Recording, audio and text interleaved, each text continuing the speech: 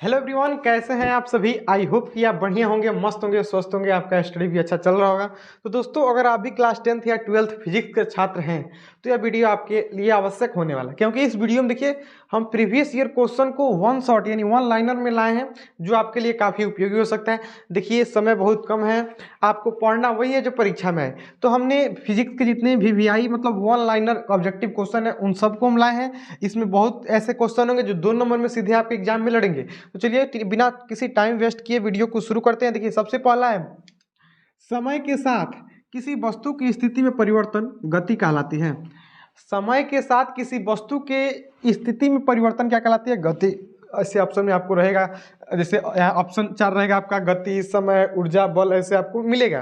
तो आपको याद रखना है कि समय के साथ किसी वस्तु की स्थिति में परिवर्तन गति कहलाती है। आपको एक लाइन ही याद रखना है। आप चाहें तो इसको कॉपी में नोट बना के लिख सकते हैं, आपको मतलब याद हो जाएगा और याद करने में और आसानी हो जाएगी। देखिए, जब शरीर एक सीधी रेखा में चलती है तो उसे सरल रेखीय गति कहा जाता है। यानी जब शरीर एक सीधी रेखा में चलती है तो उसे सरल रेखीय गति कहते हैं, आपको याद रखना है। देखिए आगे, किसी वस्तु द्वारा तय की गई कुल पथ लंबाई दूरी कहलाती है। यानी किसी वस्तु द्वारा तय की गई कुल पथ लंबाई दूरी कहलाती है। यानी मान लीजिए कोई वस्तु यहाँ से अगर यहाँ तक जा रही है तो ये पथ, जितना भी पथ की दूरी या मान लीजिए यहाँ से 2 किलोमीटर है, तो कोई भी वस्तु अगर 2 किलोमीटर का दूरी तय कर रही है तो मतलब उसकी क्या कहलाएगी? दूरी है। जितना किलोमीटर वो जाएगा उतना उसका दूरी कहलाएगा। तो किसी वस्तु द्वारा तय की गई कुल पथ लंबाई दूरी कहलाती है, आपको याद रखना। आगे देखिए, किसी वस्तु द्वारा तय की गई सबसे छोटी पथ लंबाई विस्थापन कहलाती है। देखिए हल्का फुल्का का आपको अंतर मिलेगा, आप इसको याद कर लीजिएगा। किसी वस्तु द्वारा तय की गई सबसे छोटी पथ लंबाई, जब सबसे छोटी पथ लंबाई आ जाए तो विस्थापन कौन है? केवल कुल पथ लंबाई आएगी। देखिए कुल की जगह कुल है, उसकी जगह छोटी आ गया, बस बाकी कोई डिफरेंट नहीं। इसके डिफिनेशन में आप इसको देख लीजिएगा। तो किसी वस्तु द्वारा तय की गई सबसे छोटी पथ लंबाई क्या कहलाती है? विस्थापन कहलाती है। और कुल पथ लंबाई दूरी कहलाती है। आगे देखिए, एक इकाई समय में किसी वस्तु द्वारा तय की गई कुल दूरी चाल कहलाती है। यानी एक इकाई समय में, इसमें एक इकाई समय है, किसी वस्तु द्वारा तय की गई कुल दूरी क्या कहलाती है? चाल कहलाती है। यानी वस्तु कितनी चाल से चल रही है, मतलब वह इकाई समय में, यानी कितने समय में वह कितनी स्पीड से वह दूरी तय की गई है, वह चाल कहलाती है। देखिए आगे बढ़ेंगे, देखिए आगे, चाल का असही मात्रक मीटर प्रति सेकंड होता है। यानी चाल का असही मात्रक होता है और क्या होता है? तो मीटर प्रति सेकंड होता है। आप यहाँ देख सकते हैं, एक मिनट रुकिए। देखिए चाल का असही मात्रक मीटर प्रति सेकंड होता है। चाल का असही मात्रक क्या होता है? मीटर प्रति सेकंड, आपको याद रखना है।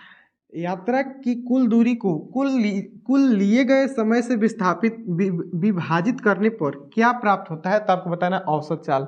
ये देखिए कहीं ना कहीं ऑब्जेक्टिव में पूछे हुए क्वेश्चन है, तो आपको याद रखना है कि यात्रा की कुल दूरी को कुल दिए गए समय से विभाजित करने पर क्या प्राप्त होता है? तो आपको बताना है औसत चाल प्राप्त होता है। देखिए औसत चाल पर फॉर्मूला भी पूछता है परीक्षा में, तो आपको बताना है कुल दूरी बटा कुल समय, या दूरी बटा समय भी बोल सकते हैं। औसत चाल जब पूछेगा तो दूरी बटा समय, डिस्टेंस बटा टाइम आपको बोलना है, कुल दूरी बटा समय। आगे देखिए, किसी निश्चित दिशा में गति करने वाली वस्तु की चाल क्या कहलाती है? तो वस्तु की चाल आपकी वेग कहलाती है। वस्तु की चाल क्या कहलाती है? वेग कहलाती है।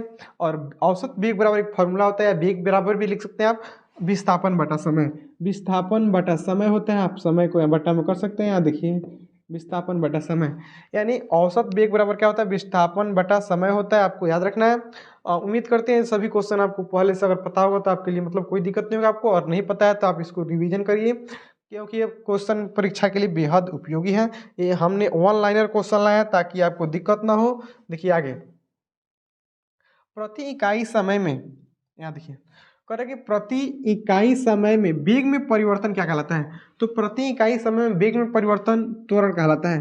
प्रति इकाई समय में वेग में परिवर्तन त्वरण कहलाता है। आगे देखिए, वेग की दिशा में त्वरण क्या होता है? तो सकारात्मक त्वरण।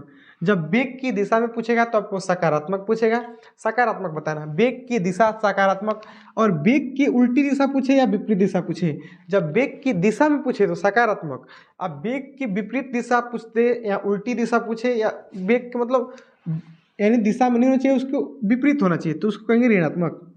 जब वेग की दिशा क्या होगी, त्वरण, जब वेग की दिशा में त्वरण क्या होगा, वेग की दिशा में त्वरण होगा तो सकारात्मक, वेग के विपरीत त्वरण होगा तो ऋणात्मक कहना है आपको, ऋणात्मक त्वरण।